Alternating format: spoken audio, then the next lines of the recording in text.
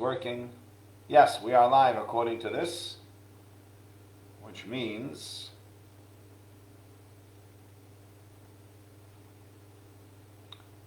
just wait and see. Live. Excellent. Working over here. Right. Good evening, ladies and gentlemen. Thank you so much for joining me tonight for tonight's shiur on the Pasha. I'd like to thank those who are joining me on Zoom, those who are joining us on Facebook Live, and those of you on TorahAnytime.com. As always, if you wanted to get in touch, it's davideisenberg@gmail.com. Right, okay, so tonight we're going to discuss different things about Chayei Sarah. And Chayei Sarah mainly has two parts to it. The first is the burial of Sarah Imenu, and then we have another part which is going to be the shidduch of... Michael Greenberg's here. The shidduch between Rivka and Yitzchak. How Eliezer, the servant of Avraham, makes his way down to bring this shidduch to find, first of all, to find Rivka, then to bring her back, and to make the shidduch. This is what we have the discussion about tonight. So, we're going to start with the following. It says, Vayu Chayei Sarah, the life of Sarah was, or the days of Sarah were, the years of Sarah were, the life of Sarah. 100 years, 20 years, 7 years, Shnei Chayei Sarah, those are the years of the life of Sarah. Why did we need to tell you again Shnei Chayei Sarah? Those are the years of the life of Sarah. What does he have to tell you? So Rashi interestingly says, Kulan Shavan Latova, they were all good. I think there's a lot to be said for that Rashi. They were all the same as far as the goodness is concerned, which is interesting because Sarah Imenu had lots of trials and travails along the way. It wasn't so easy for Sarah Imenu. She didn't have children for many years. She was kidnapped twice, once by Pharaoh, once by Avimelech. So for us to say Kulan Shavan Latova, they were all just as good as the other, is quite a statement. But what Rav Schwab says is a very important thing. He says, different people live different amounts of time. Now, that's not to say that what we're trying to say over here is different people, some people live 20 years, they have a short life. Some people live 50 years, a little bit longer. Some live 70, some live even to 100. So different people have different lifespans. That's not what he says. But rather what he means is you can have somebody very young who has done tremendous amounts in his very short life. And you have somebody very old who's done nearly nothing in a very long life. Because people waste a lot of time in their life. They waste time doing all sorts of things. Don't even have to start making a list of them. I'm sure you all can think of certain things. Howard's here. You can think of certain things that you see as a waste of time. And yet you look at people and you see that this is what their life's all about. When I hear sometimes people speak about, especially on the radio, when I listen to the news or something, sometimes I listen to other things, and they say, this is must-watch TV. Like, what is that supposed to mean? It's must-watch TV. There's no such thing as must-watch TV. Since when are there certain things on television that if I haven't watched them, then I've done something wrong? What I must watch? I must waste my time with this rubbish? I don't have to waste my time with this rubbish. If you feel that this is what's really important in life, maybe that's what you're going to look at. That's what you're going to say, that's must-watch TV. But in reality, there are lots of things that we do that are not really productive things in our life. And so therefore, if we have things that are not so productive in our lives, how long is our life really? How many years have we lived? And how many years have we wasted? And when here we say, Vayu Chayei Sarah, the life of Sarah was 127 years, and then we say again, Shnei Chayei Sarah, these are the years of the life of Sarah. What we're trying to say over here is a very important thing, and that's the following. It is impossible for people to only do the right thing all the time, to only do good the whole time. We have to sleep, we have to eat, we need to relax a little bit, sometimes we need to listen to some music, sometimes we need to have conversations with people, sometimes we need to go and do business. It is impossible for any one person to say that he or she spent their entire lives doing only positive, doing only good things. Well, if it's impossible to say that, what are we saying about Sarah Imenu? And the answer to that question is a very important rule in Jewish life, and that's the following. It all depends on why you do certain thing as to how we look at it. So, you could go to work in the morning because you feel it is important for me to go to work. I need to make sure that I make money. I actually love making money. It's something that I enjoy. I get a kick from it, out of it. I get a high from it. That's why I go to work every morning. That's one sort of person that goes to work every morning. Other people say, look, I need to go to work every morning because it's really important that I make money because I would like to support my family. And why do I want to support my family? So that they can have a good life. That I can send my children to yeshiva to learn. So that my wife can teach without having to worry about running around and making money. There's lots of reasons I can do. There are lots of positive things that I can think about when I make money. I don't only need to think about myself and the money that I love to make. I can actually think much broader, much bigger. Right? I can go to sleep at night because I love sleeping. You know, there's certain people every night they get into their bed and they curl up and they get into their blanket and they're like, this is so good. This is just so wonderful. My bed, my pillow, my mattress, it's great. Why are they sleeping? Because they love it. Because it's sort of part of their life. It's something that they enjoy so much. They find it hard to do without. Some people go to sleep at night because they say, look, I understand sleeping is healthy for me. And I want to do something that's healthy for me. It's not about me. It's about my health.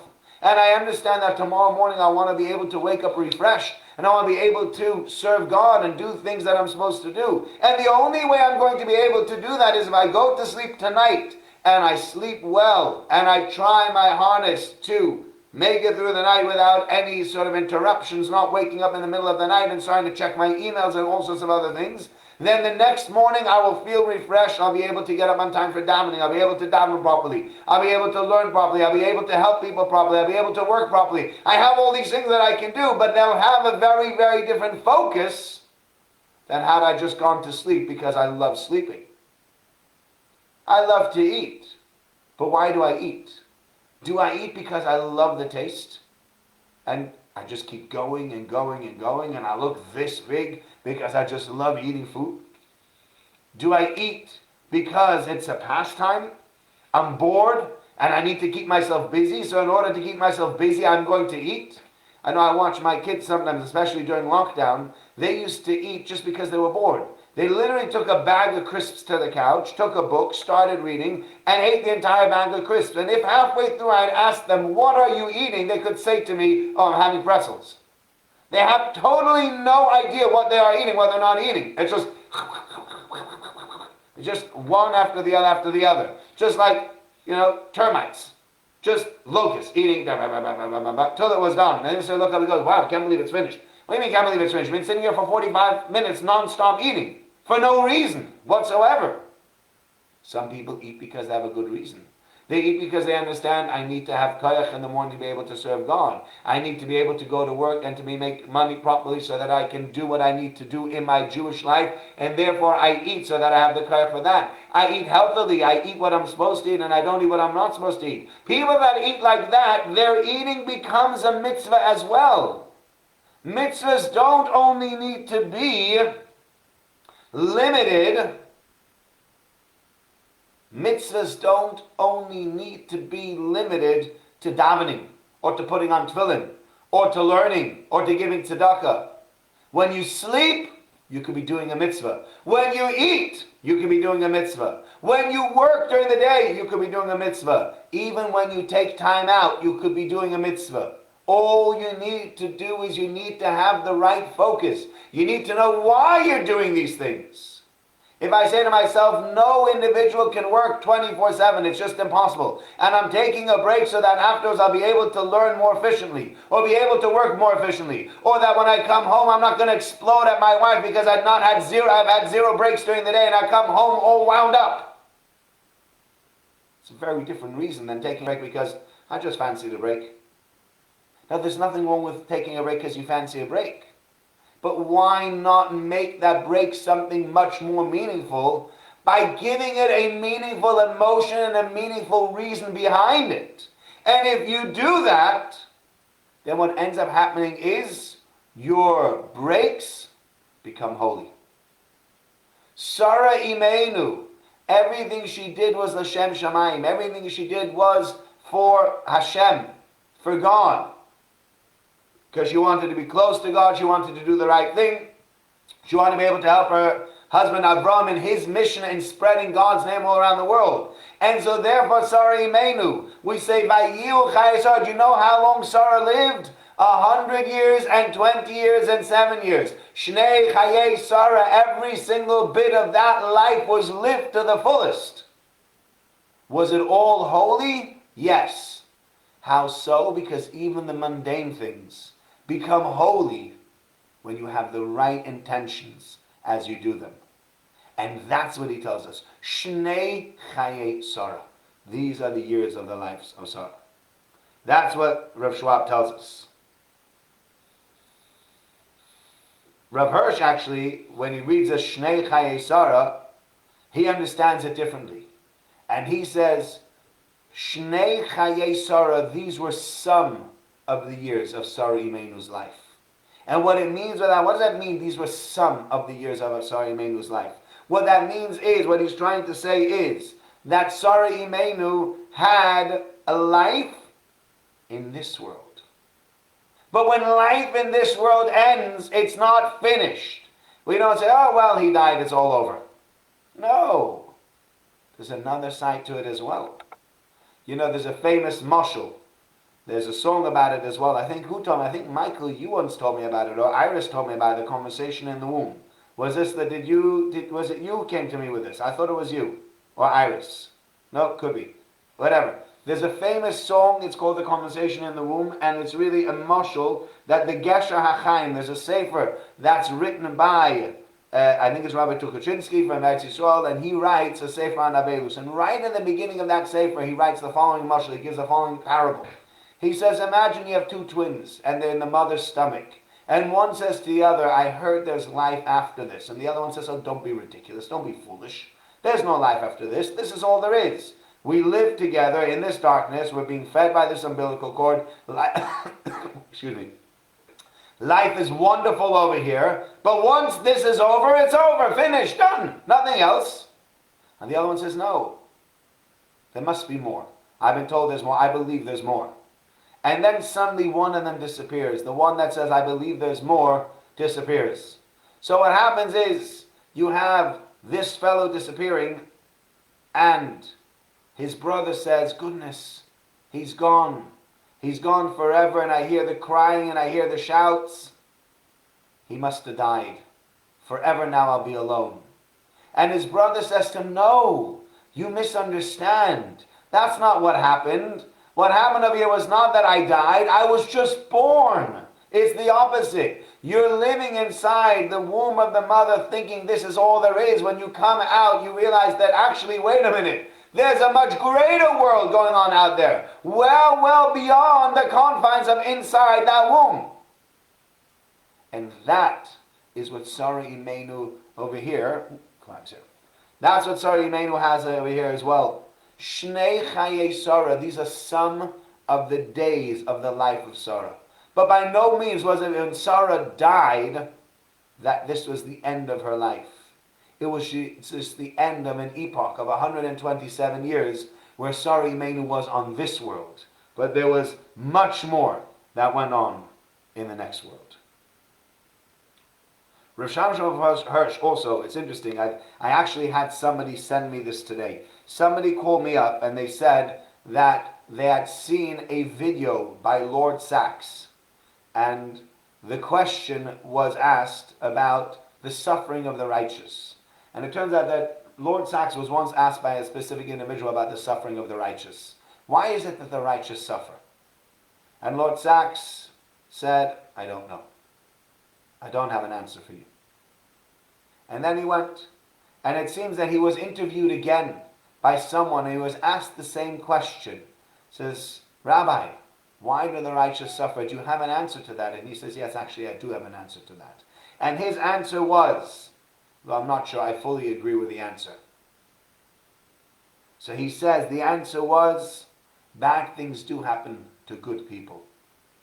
But God doesn't want us to know the reason so that we should fight against the idea of bad things happening to good people. If we knew the reason, then we would have to accept it. And God doesn't want us to accept that. I don't know if I would agree fully with that, but I think, I probably don't agree fully with it, but I think what Rav Hirsch says over here is a very important thing as well to keep in mind, is you look at the Avos, coming back to the comment that Rashi made, Kulam Shavim L'Tova, they're all equal in goodness. You look at the Avos and you say to yourself, why did they have such a difficult life? Why was life so hard for them? Avraham Avinu lived a hard life. Yitzchak Avinu lived a hard life. Yaakov Avinu lived a very hard life.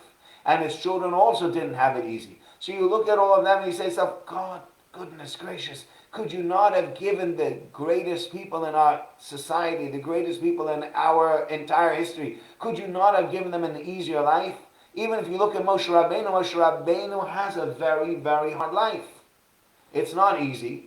He has to run away, and he runs away from the Pharaoh, and he's taken away from his parents, and then he has to take out the Jewish people, and Pharaoh makes his life a misery. Then the Jewish people in the desert make his life a misery. He never even gets to go into the land of Israel, which was his eternal dream. I want to go to the land of Israel. Please, God, give me the opportunity. And God says no. He doesn't even allow him to do that.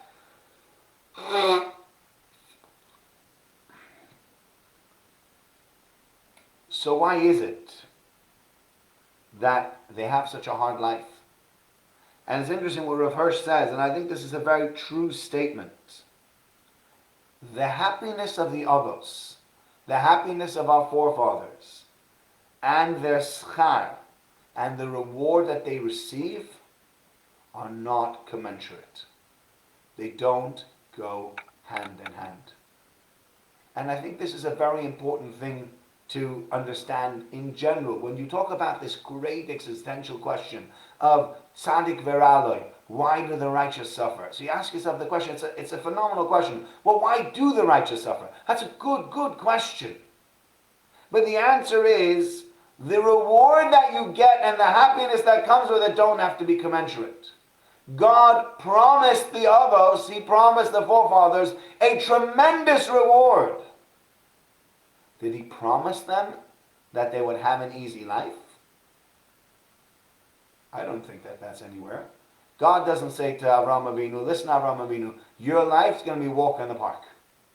It wasn't, and we know it wasn't. And He was never promised that. He was promised that you're going to become great amongst the nations, you're going to have a great people that comes out of you, etc., etc. But He was never given a promise of a life that's going to be satisfactory, or that's going to be free of any problems, of any trouble, etc., etc. And so therefore, that's what he says. Rav Shamshon, the other point that Rav Shamshon says, which I thought was such an important point, looking at life and life after death. The two are combined. And the reward and the trials and the travails and the happiness will go hand in hand. But sometimes you'll be less happy here and more happy there. And we look, he says, why do bad things happen to good people? Bad things happen to good people. Mainly, if you really look at it, when you look at the entire picture, it's not bad. When you look at a small part, you look at a sliver of it, and you want to know, why did this thing happen to me? I don't know. This thing seems terrible, it seems bad. Why did God do this to me? I don't know. I have no idea. As Rabbi Sachs said, he also didn't know. But I'm not sure. I mean, I understand that I agree with part of it, where he says, well, you're going to have to come to terms with the fact. There's going to have to be an acceptance. It's very hard. The acceptance is very, very difficult. But I don't know if the acceptance is going to be that bad things happen to good people. I don't think that's what we're going to have to accept. We're going to have to accept that God has His reasons for doing things, and in this world we don't like to accept things that God says. God says, I have my reasons and I think you need it because of X, Y, and Z. I don't think that's fair. I didn't ask you. God didn't ask you what is or what isn't fair. And you're not promised happiness. You'll get a reward for whatever you do. But that reward and the happiness that you have in this world don't have to go together. You could be quite unhappy in this world and still get a tremendous reward in the next world.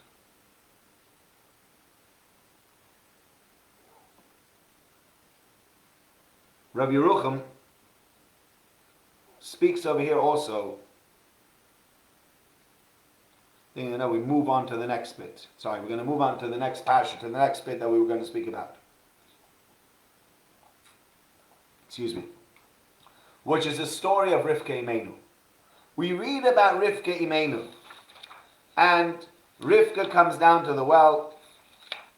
Eliezer is standing by the well, and he says, God, how am I going to find this woman?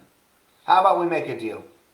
I'm going to wait for women to come down, and if this woman shows up and I say to her, let me have something to drink, and she says, not only will I give you to drink, I'll even give your animals to drink, then you've proven to me, this is the one that you've proven for Yitzchak, and I will know ki osisa chesedim adoni.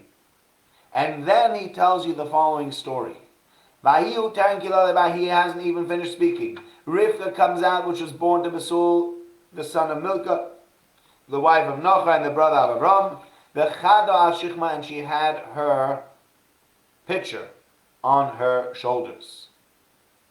And the Eved runs towards her, and he says, can I please have something to drink? And she says, please drink. And she quickly takes it down and she gives him to drink. And then she finishes giving him to drink. And then she says, I will give your camels to drink as well until they finish drinking. And she goes and she runs and she puts more water into the trough, and she draws water for all of his camels. And the man is unsure. He's waiting to see, did God really give him the full hatzlacha or not? Did God give him the full sense of satisfaction and also being successful here? When these camels finish drinking, and he starts taking the presents and he gives them to her, and he says, what's your name? And she says, my name, I'm the daughter of Besuel. And he realizes right away that that is the woman that he needs to find. And he's really excited. And he bows down to HaKadosh Baruch Hu. There's something very important that is brought out over here in this Maisa, and that we bring out earlier on as well in Parshas Vayera. And that is doing something, a complete thing. Not just half a story. Okay, I'll do a little bit over here, I'll do a little bit over there. Yeah, you ask me, I can do some of it. Many times we're willing to do only part of what people ask of us. Can you help me? How much you need? About half an hour of your time. I can give you about 15 minutes. Yeah, what about the other 15 minutes? You get those off someone else. I don't have the time. I can't really give you the full half hour. We can't give fully. But what happens over here is, you have Rivka Imenu, and Rivka Imenu does a maisa, she does an action which is chesed, but from A to Z. From beginning to end. And that is where Eliezer Eved Avram says, you know what?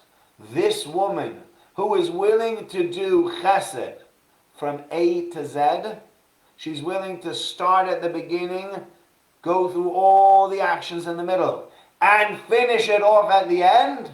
That woman, she's the one for Yitzchak. That woman is the one that needs to marry Yitzchak, my master's son. And the reason for that is because if you look back, last week said at Avram Avinu sees these three people and he runs towards them and he says, listen, please stay here. And he runs and he gets them water and he washes their feet and he wants them to lean under the tree, and he brings bread and he brings them cows and he brings them milk and he brings them all these things, and he stands over them and he serves them and he does a perfect job of chesed. And we see that Avram Avinu, until he sends them off, every bit of what he does is perfect. He does an entire complete act of chesed here, as does Rivka Imenu an entire and complete act of chesed over there. And he quotes the Medrash, Rabbi Yerucham quotes the Medrash, Yodea Hashem Yemei Tamimim. God knows about the days and the life of Tamimim, those who are wholesome, those who do things but the entire thing. Not just a little bit here or a little bit there. They choose they nitpick the little bit that they like to do, and the rest of it they leave behind. They do everything from A to Z. And when you do everything from A to Z, the greatness that lies within that is phenomenal.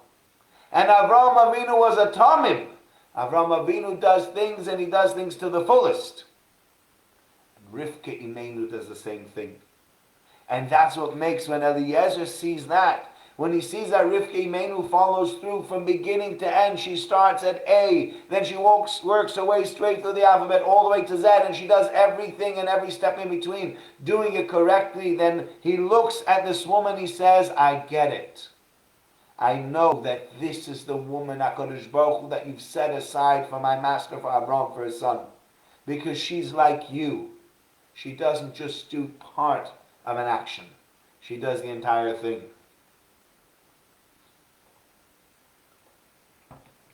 Now we have to realize that it's even important to do something. Even if you do something small.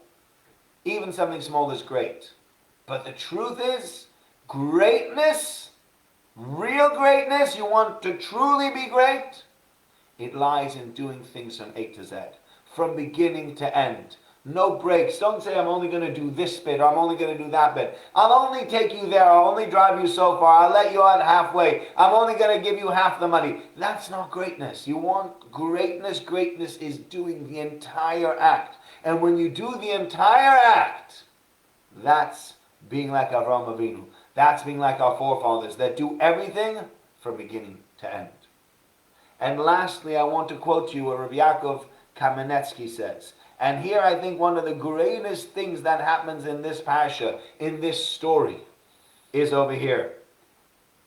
You know, my wife heard a story recently where there was a young woman from London who became very, very ill. And she says that she was prepared for this day of becoming ill from already 17 years ago. 17 years ago, she had a child, and that child was special needs and very, very ill, and they took this child all around the entire country. In Eretz Yisrael, to this hospital and to that hospital, trying this and trying that. And at one point or another, one of the doctors looked at this woman and said the following. And again, this is coming from a doctor, so he's a scientist, he can say it. It's a lot easier for him to say it than for me to say it. He says, lady, why do you keep on bothering all of us? You're looking for a miracle. What do you want? I'm only a scientist. I'm only a doctor. Don't look towards me. You want something like that, you need to go to the one that heals everybody. You need to go to HaKadosh Baruch Hu. You need to go to God for that kind of healing. Nothing we can say. And you know, there are times when things are just so great, when the miracles are just so great, when it stares you in the face so much where even the greatest doubters turn around and go, I got no way of explaining this. There must be a God. There must be a God that says this. I think I remember Rabbi Orlovsky saying, like at the end of the 6-Day War, people were saying this is a miracle. I think he said the people on the radio and people on television were saying this, you know, this is a miracle, and I'm an atheist, but this is a miracle. That's how much of a miracle it was. Everybody realized, wow, this is unbelievable. There's no other way of explaining this. How do you explain a miracle like the 6-Day War? There is no way of explaining a miracle like the 6-Day War other than saying it's a miracle. It just doesn't make any sense. And what we have over here is the greatness of the story with Yitzchak and Rivka and with Eliezer and the whole way the story works out. Eliezer comes and he says to Besuel, he tells him the whole story. And he tells Lavan the whole story. And he says to them, listen, this is the story, how it happened. We came and then this happened and I said this and she did that. And then I asked her name and she gave me the name. And I realized it was the right name. And then I'm married. You know, the first girl that I walked over to at the well, I asked her the question immediately. She did what I asked her to do. She was the right one. It's unbelievable. And what happens over here is, the crazy thing is, the Pasuk says, Vayan, this is in verse 50, chapter 24, verse 50, Chav Daled Nun. Vayan, Lavan uvsur vayamru, Lavan and Besuel turned around and they said, Me Hashem yotza hadavar. This is God sent. Lo nuchal dabe elecha ra'oi toy. There's nothing we can say. We can't agree. We can't disagree. The hashkacha pratis, God's hand is so obvious, is so evident in this story that even us, even we who don't believe in this whole thing, gotta go like, that's a miracle. Don't know how that happened. I raise my hands. I can't explain it, but that's a miracle. And that's the greatness of this story. The greatness of a story like this, when you read it, there are many little bits and pieces that you can read about it. There's going to be this and there's going to be that, and there's also things that you can read about and that are very important. But the most important, Rabbi Yaakov Mineski says, one of the most important parts of the entire story, why the entire story is repeated in such detail, is for us afterwards to hear what Lavan and Asul say. Even we say that there's nothing we can say to this whole story. It's so divinely orchestrated that we have to pick up our hands and say, this is Hashem. There's no other way of explaining this other than saying it's Hashem. That's the greatness of this story. And so when you read it this week, I know we won't hear it in shul, but when you read it this week, let it sink in. How great this story was, how great the miracle was, and how Kodesh Baruch Hu turned things around that even the greatest atheists and even the greatest non-believers say, yes, I believe. When I see this, I have no choice but to believe. Okay, ladies and gentlemen, this is what I wanted to share with you tonight. Thank you so much for joining me live on Facebook. Thank you to those who joined us on Zoom as well. Baruch Hashem, we had a really nice crowd on Zoom today. Thank you for those who joined us on Torah Anytime. Again, if you want to get in touch with me, it's davideisenberg@gmail.com. Look forward to hearing from you soon. Thank you.